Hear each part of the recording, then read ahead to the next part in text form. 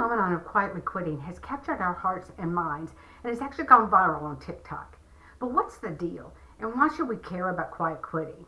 Today we're going to talk about what is it, how did we get here, who's impacted, and probably the most important thing is, where do we go from here? If you haven't subscribed yet, make sure you hit that subscribe button and the bell to get notified when we post new videos. We have quite a good selection coming up in the next few weeks that you're just not going to want to miss. So I've been a professional coach since 2007, and I've coached hundreds of people. I've helped many of them discover what makes them happy and what they really enjoy, and that's helped them grow in their career and leadership abilities. Plus, they feel much more fulfilled than ever. This sets you up for success like you have never imagined. What is quiet quitting? The term has taken on a life of its own with multiple interpretations, but there is consensus that the quitting part is not literal. Under any definition, quiet quitting really means remaining in one's workplace or job while not actively going above and beyond. It's where you're not outright quitting your job. You're still performing your duties, but you're no longer subscribing to the hustle culture mentality that work has to be your life. So how did we get here? I think everybody agrees that COVID-19 pandemic not only disrupted everyone's lives with restrictions and a lockdown on public gatherings, it also made some people rethink their career choices. I know from working with my clients how we all were impacted to some degree or another. For me, it wasn't such a high impact because I've worked from home for years. I learned early on to take control of my own schedule, and I don't let anyone get control of it but me. It's the only way we make sure that we have work-life balance. And as an entrepreneur, I need that balance. In fact, I have to have it. During the pandemic, though, so many of my clients were stressed beyond imagination, and rightfully so. None of us had ever been through a pandemic before, and that raised our stress levels immeasurably. But you know what happened during what's known as the Great Resignation? 71.6 million people left their jobs from April 2021 through April 2022, which averages about 3.98 million people quitting monthly. And that's according to the U.S. Bureau of Labor Statistics. In June of 2022, the number of people quitting reached 4.2 million. Not only are people resigning from positions, they also wanted to limit their workloads. So enter quiet quitting, the new way of doing a job's bare minimum. However, quiet quitting could be a sign that an employee is not happy in their position or is experiencing burnout. And quiet quitting is a way that the employee deals with burnout to help alleviate that stress. It may also mean that they're ready to change positions, or they may be currently looking for another job. During the Great Resignation, employees started thinking about their careers, their salaries, and how they are treated at work. A lack of advancement opportunities, low pay, and feeling disrespected were the top reasons that Americans quit their jobs in 2021, according to a Pew Research Center survey. Almost all of my clients felt as if they were being asked to do more and more with little to no recognition or reward. This sets employees and employers up to have to deal with quiet quitting. And I see some responsibility with both groups here.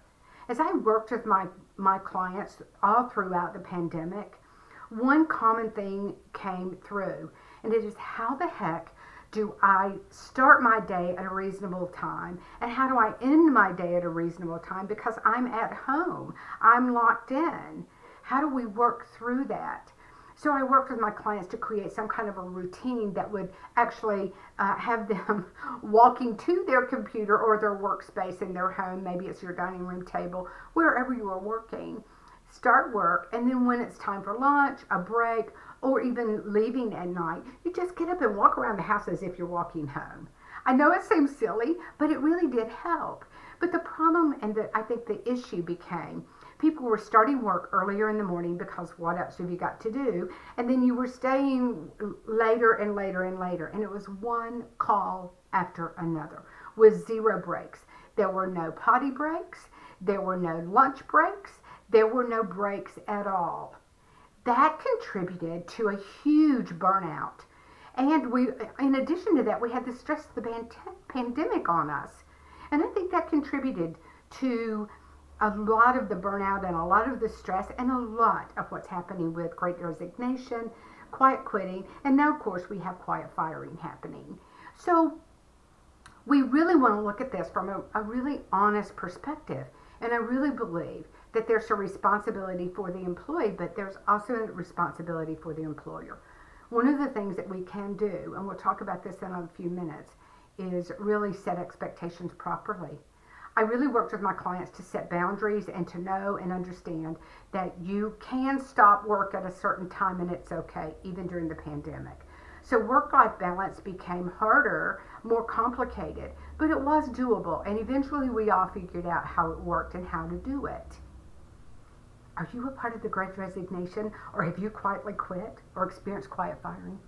If so, give us a shout out in the comments below and tell us your story. We would really like to hear from you about that. So who is impacted by quiet quitting?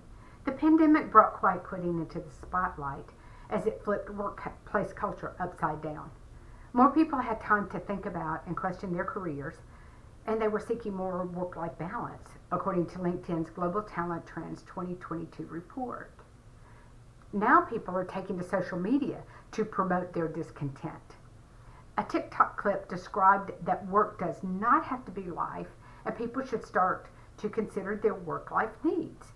A 2021 survey from Gallup found that only 36% of people reported that they were engaged with their job.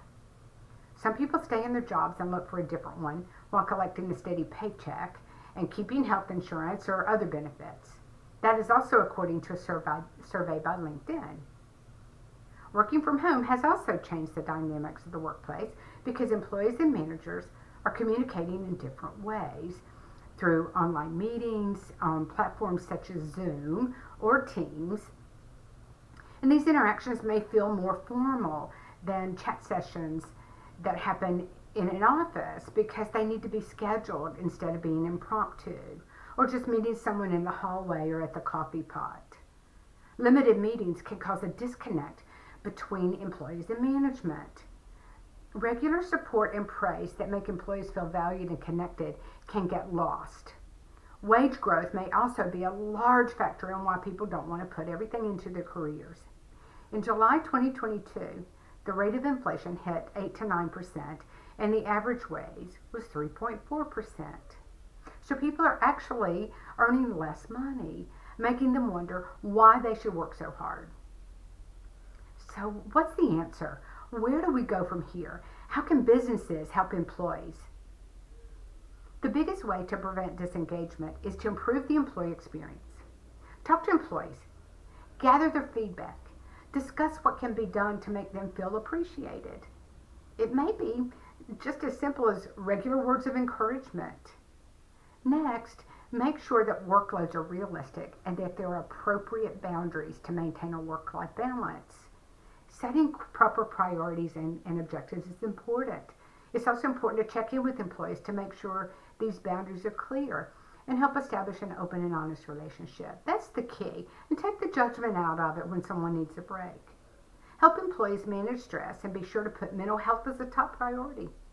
Businesses should encourage employees to look after their well-being through digital wellness awareness or regular check-ins that aren't as formal.